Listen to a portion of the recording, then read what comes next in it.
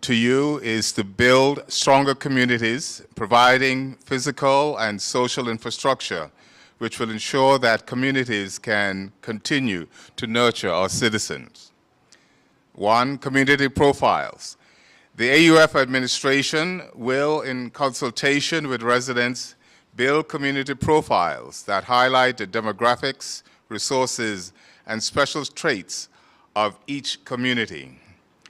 These community profiles will be used to guide the strategies which will build on the assets of each community during the preparation of the National Development Plan.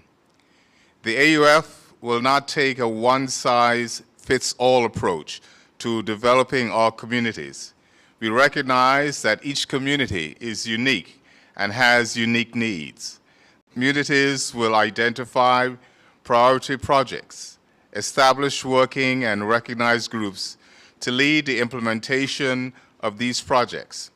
The AUF administration will introduce grants for community development projects. This will assist with community beautification and introducing green and safe spaces. These grants can renovate community centers to serve as multipurpose facilities that can accommodate a wide range of options, including computers, cultural hubs. For community arts programs, they will serve as a venue for local arts events, community theater, and passing of skills and stories from one generation to the next. It will create a space to support intergenerational dialogue initiatives to bring together youth, adults, and seniors to discuss local issues, share experiences, and co-create solutions. The principle of universal design will be applied to ensure accessibility for all. National Indoor Stadium. The AUF also believes that sports is essential to communities, and our commitment to sports is solid.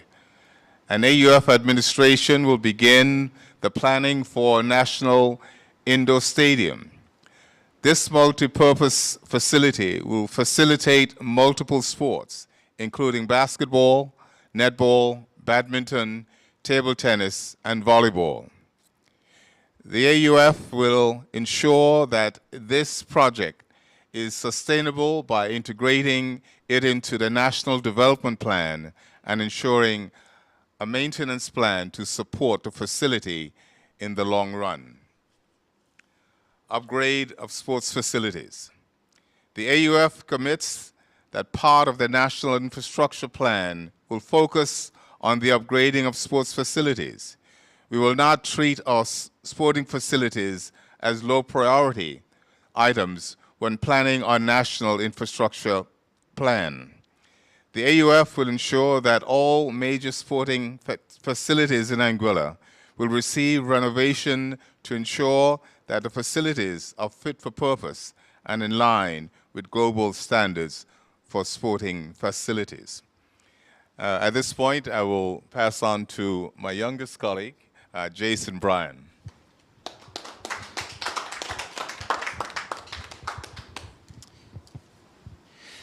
Good afternoon to all listeners via social media.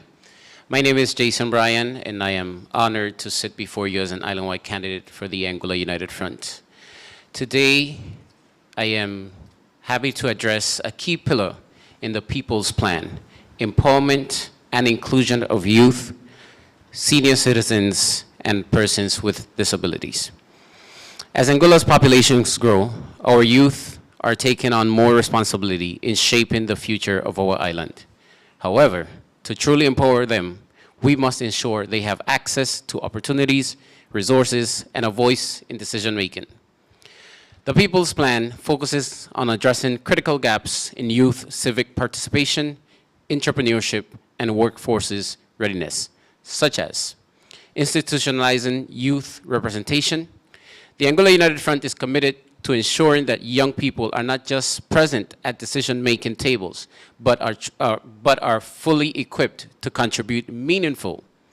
We will establish structured youth representation in key governmental and policymaking bodies, provide mentorship and training programs to build leadership skills and ensure that young representatives are effective participants. Work towards revitalizing the national youth policy to reflect modern challenges and opportunities for our young people. Restructuring youth leadership. Leadership opportunities for youth must be more inclusive and dynamic. We will redesign the Youth Parliament framework, introducing rotating leadership roles that allow more young people to gain experience in governance, decision-making, and accountability. Work closely with the Department of Youth and Culture to expand youth-led initiatives and create structured approach to leadership development. Entrepreneurship and economic empowerment. Economic independence is a crucial aspect of youth empowerment. While initiatives such as the Get Set Entrepreneurial Program have provided a foundation, we recognize that more needs to be done. We will expand financial support for young entrepreneurs, particularly in emerging industries such as technology, agriculture, and creative arts. Introduce protective legislation to minimize unnecessary regulatory barriers that prevent young businesses from thriving. Strengthen partnership with the Anguilla Development Board and the Anguilla Youth Business Foundation to create sustainable mentorship and financial assistance program. Digital skill and workforce readiness. In today's economy, digital skills are essential. While efforts have been made to promote digital literacy, there is still a gap in practical, job-ready digital skills. We will partner with the Anguilla Community College, local tech firms, and industry experts to introduce industry-driven training modules. Develop hands-on digital training programs, ensuring young people are equipped with the skills needed in sectors such as cybersecurity, software development, e-commerce, and digital marketing. Advocate for the expansion of STEM education and vocational training to prepare our youth for high-demand careers. A commitment to a digital Anguilla. A future-ready Anguilla is a digital inclusive Anguilla. Our vision is to create an island where young people can compete globally while contributing locally through policy reform, strategic investment, and collaborative approach. We will build a skilled, empowered, and innovative generation. The future of Anguilla depends on the empowerment of our youth. The Anguilla United Front is committed to ensuring that the young people have the resources, representation, and opportunities they need to succeed through education, entrepreneurship, leadership, and digital innovation. We will create a more inclusive and progressive Anguilla, an Anguilla where young voices are heard, their talents are nurtured, and their dreams are realized. I will now pass on with my colleague, Mr. Evan McNeil Rogers, to continue with Senior Shields and Persons with Disabilities. Thank you.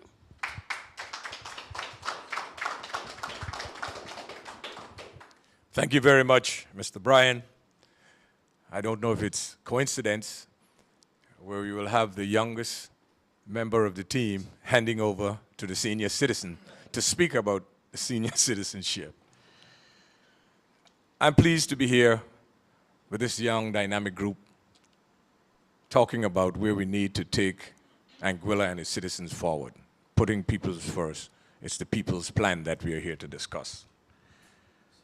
Elated. A society is measured by how it values and cares for its most vulnerable. Regardless of age, ability, or background, we build a stronger and more shoulders of our seniors who have supported us through the good times and the difficult times.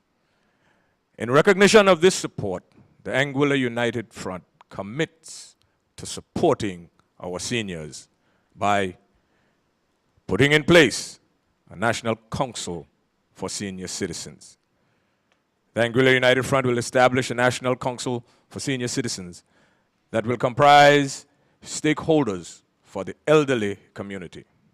The Council will focus on engaging and advocating for our seniors, policies and legislation for senior citizens, The Anguilla United Front government will not just make announcements to support senior citizens.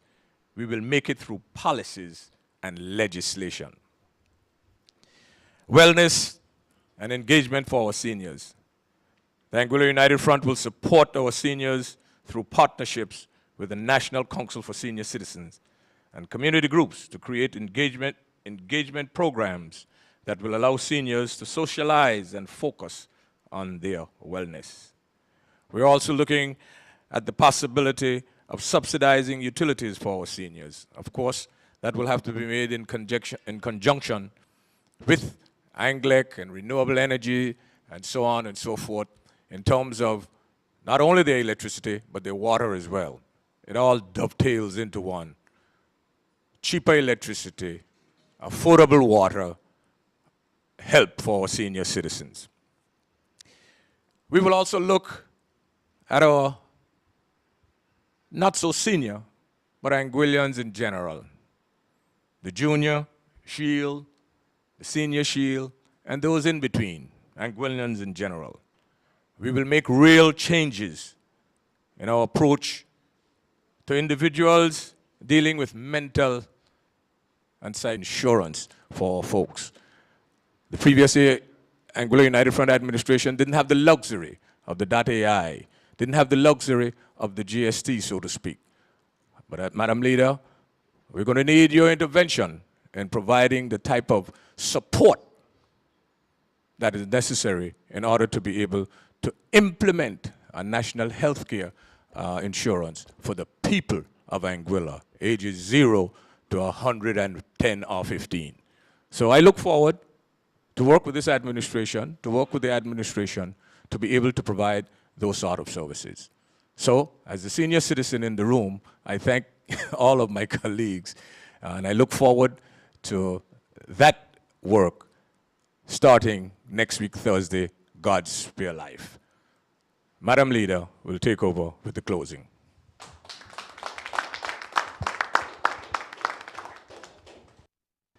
Thank you very much, Mr. Rogers. Ladies and gentlemen, you've now heard the vision of the Anguilla United Front. This vision is about you. This election is about you. It is about your family, your job, your future, and your right to a government that works for you. The Anguilla United Front has a clear vision, a strong team, and a real plan to deliver a better Anguilla for all. This election is about you. This is the moment to choose a team that will balance the national budget, but also balance the quality of life for Anguillians. On February 25th and 26th, stand with the Anguilla United Front and vote for a government that puts people first. And now we'll open the floor for questions or comments. Let me also mention that we do have a summarized version of our People's Plan, and you can find it on our Facebook page, and the detailed plan will be uploaded at midnight tonight on Facebook and by social media. Tomorrow, Facebook and our website. Questions?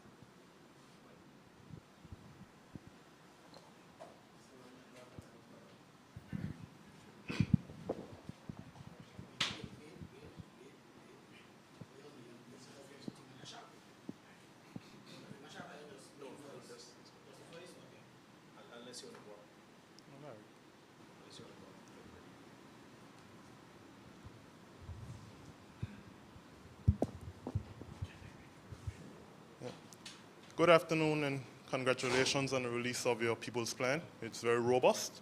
My first question would be, how do you plan to fund all of these initiatives? We know that in 2015 you have also released a very robust plan which highlighted about 15 points, including airport expansion, free health care and whatnot, and none of those things would have come to fruition. New Valley Main Road would have never come to fruition.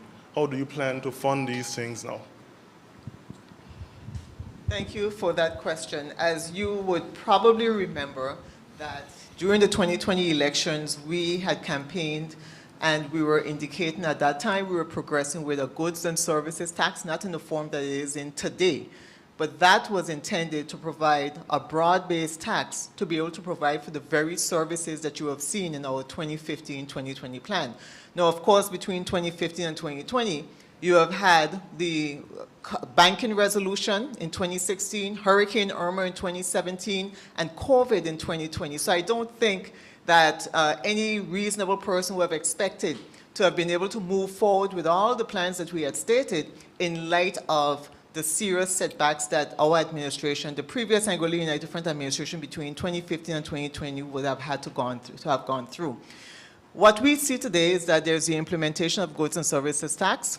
We know that prior to this budget, the 2025 budget, that the tax was overperforming. And what we have to do is we have to continue to provide services for our people. In fact, we need to enhance those services for the people of Anguilla. And what it means is a reprioritizing of what is important, whether or not all of the infrastructural projects that are planned, including the 2 buildings for the civil service, the government, etc., whether those are more important than providing for a national health insurance fund, providing for all of the necessary care for the people of Anguilla. And so it's a matter of reprioritizing for what is important to the people of Anguilla. And so yes, infrastructural projects are important, but it cannot supersede the people themselves. So, I don't know if any other member wants to add. Thank you for the question. As Madam Leader would have alluded to, in the past, the GST revenues weren't there and they weren't performing to the extent that they are today. But there's also the fact of .ai. So in 2020, the Anguilla United Front would have been the only team that included on its campaign platform the potential for .ai to bring in revenues and to be used to help boost our economy. So as I spoke to on the second pillar on our plan that speaks to economic diversification, sustainability and resilience, we're not only planning on building on the .ai and leveraging it, but expanding on the special economic zone, creating new sectors and industries in Anguilla to attract revenue that come outside of taxation. And this administration would have had the benefit of hundreds of millions of dollars in surplus revenue that not only did they not expect, that they ridiculed when we brought up the potential of it. So to see that they are able to tout all of these projects for revenue that they did not anticipate, we actually have a plan built around how we can not only maximize this revenue, but continue to grow it, to be able to fund all of the plans that we have put forth. so do you all have a figure in mind of the, I would have heard a number of grants, even in infrastructural developments also. You have like a complete figure of how much everything will cost? Well, once we're elected, we have to do an evaluation first of what we meet there, whether it's the cost of the ongoing government projects, the cost of the state of the finances in the country, as well as then seeing how we can go about best prioritizing the spending going forward. So at this moment, it would be a bit irresponsible of us because we first have to get elected and meet the figures to see what it is we're dealing with. Okay. What hurdles do you all foresee? I know you would have mentioned during 2015 to 2020, there would have been the banking resolution, COVID, and Hurricane Irma. What hurdles do you foresee in this upcoming 5 years? Well, I'm not sure if any other member would like to speak to that, but what I can start off by saying, for example, is we can see that the United States, we know that whenever they sneeze, the world catches a cold. We've just had a recent change in presidency, which has come with a shift in ideals as it relates to foreign policy. So if we see America taking a more America-first approach and raising tariffs against, for example, China, Mexico, and Canada, what we can expect is that that will have a knock-on impact on the cost of goods that we get from America. So for example, if labor wages go up and the cost of production of goods go up in America, then the cost of us buying those goods also goes up. So not only do we have to look at our tax structure, we have to look at who we network and partner with. So take, for example, that is a challenge that we can foresee, but by promoting local food growth, by promoting food security, by supporting Anguilla in its shift to renewable energy and reducing our dependency on foreign oil imports, as well as by maximizing opportunities to trade within CARICOM and with our regional partners, we can look at ways to mitigate against those financial impacts.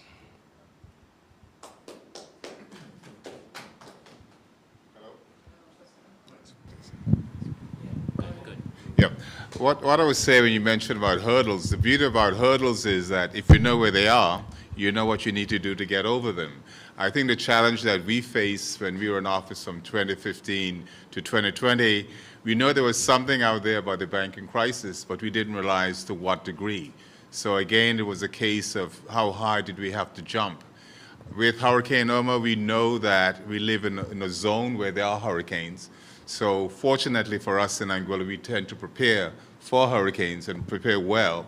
But what we also proved was that we know how to recover as quickly as possible from those. Of course, what happened with COVID was beyond our control. Even though we were safe, there were issues out in the outside world that we really struggled with. But the fact is that as we go forward, I think we're better prepared now than we were from 2015 to 2020. As it relates to, I know that a number of the plans that you've mentioned would have already been mentioned, started by the current APM administration. For example, CCTV, they are looking into drag racing and whatnot, a number of plans. And a recurring theme that you get with carrying out these plans is that there's a delay with procurement, for example, and land acquisition. How do you all plan to overcome these challenges?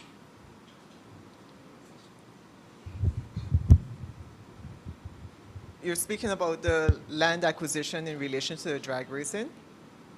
Just in general, Yeah. for So as you probably procurement, for example, the TVET building for the school and whatnot. Yeah, well, as you probably would remember, we have gone through our own struggles between 2015 and 2020 in rebuilding the hospital, the various clinics, the schools themselves. So we understand the challenges with procurement. And it is a vaccination we find that this administration now taking office would have encountered similar issues as well. I believe that they would have taken some amendments to the House of Assembly in terms of the procurement process. And that's a work in progress. In terms of the acquisition of land, many people may be aware that in Anguilla, the majority of the land is privately owned. And so what government has had to have done over the years would have been to acquire land from private individuals, do swaps in terms of where the government has existing land, to swap it out for somewhere more favorable. And so the government has always tried to continue to acquire land in order to put into effect a number of the plans that any administration would have. And so that is a continuing process. I don't recall if you would have mentioned it in your piece at the start, but as it relates to constitutional reform, what plans are there for that? Well, as you know, the last constitutional reform was done in 2019 under my leadership, and it needs to continue. As I've stated before, the Anguilla Constitution is the oldest constitution of all of the overseas territories, and we need to come of age. And so while that was a step in the right direction, we need to continue and finish our constitutional reform to bring ourselves up to date, to ensure that the Constitution represents the best interests of the people of Anguilla. And so we are committed to continuing and finalizing the constitutional reform. Any major changes that we could foresee with the constitutional reform? Well, we had a draft from the period of time between 2015 and 2020. A portion of what was set out in that draft document would have been implemented, and so we will continue to move forward. There are a number of changes that are contemplated. One of them, for instance, would be greater accountability, transparency, financial accountability in particular that would be set out in the Constitution, but also a number of measures in terms of ensuring that our people, for instance, the the Attorney General and Executive and the Attorney General and the Deputy Governor sit in Executive Council and sit in the House of Assembly and they have a vote, the proposed Constitution will remove them from having voting powers in the House of Assembly and the Executive Council. They are ex officio members. And so they're appointed by the governor. And so when decisions are being made that affect the people of Anguilla, those ex officio members should not have the right to vote and impact the outcome of whatever decisions are brought to the House or whatever bills are brought to the House. And we saw that very clearly when the GST bill was passed in 2021 in the House of Assembly. And so that is a key point in terms of ensuring that Anguillians and the elected representatives are able to determine the outcome for the people of the country. Yes. Your views on Anguillians who don't live here being able to vote? Because the Constitution mandates that you have to be resident in. I know there's a current debate going on as if the overseas vote is legal or not. What are your views and how do you plan to address this? And that's what we call participatory democracy. Mm-hmm. An issue like that must be determined by the people. Mm-hmm. And so we'd have to go to a referendum. It's a serious enough issue that you simply do not amend the Constitution without consulting the people of Anguilla. And I know that some years ago there was a school of thought that maybe they shouldn't, but with the advent of technology, the fact that many people have had to leave to earn a living but still stay very much in tune with what is happening in Anguilla, you can hear and you can sense that there's been a change in approach so that people who may be temporarily overseas, who may have had to relocate for medical reasons or for health concerns for their children, etc., they still maintain a link, a strong link to Anguilla. And so as a result of that, the question is, do you deprive them of their right to vote as an Anguillian, or do you put in place a process which recognizes their continued interest in the country of their birth, in the country in which they belong? And one thing I want to say is that many people may realize that in the last election in the UK would have also passed legislation to allow UK residents living outside of the UK to vote in the last elections. And so if it is that our administering power has come of age and has recognized that that is important for their own people, then so too must Anguilla. Thank you. Thank you.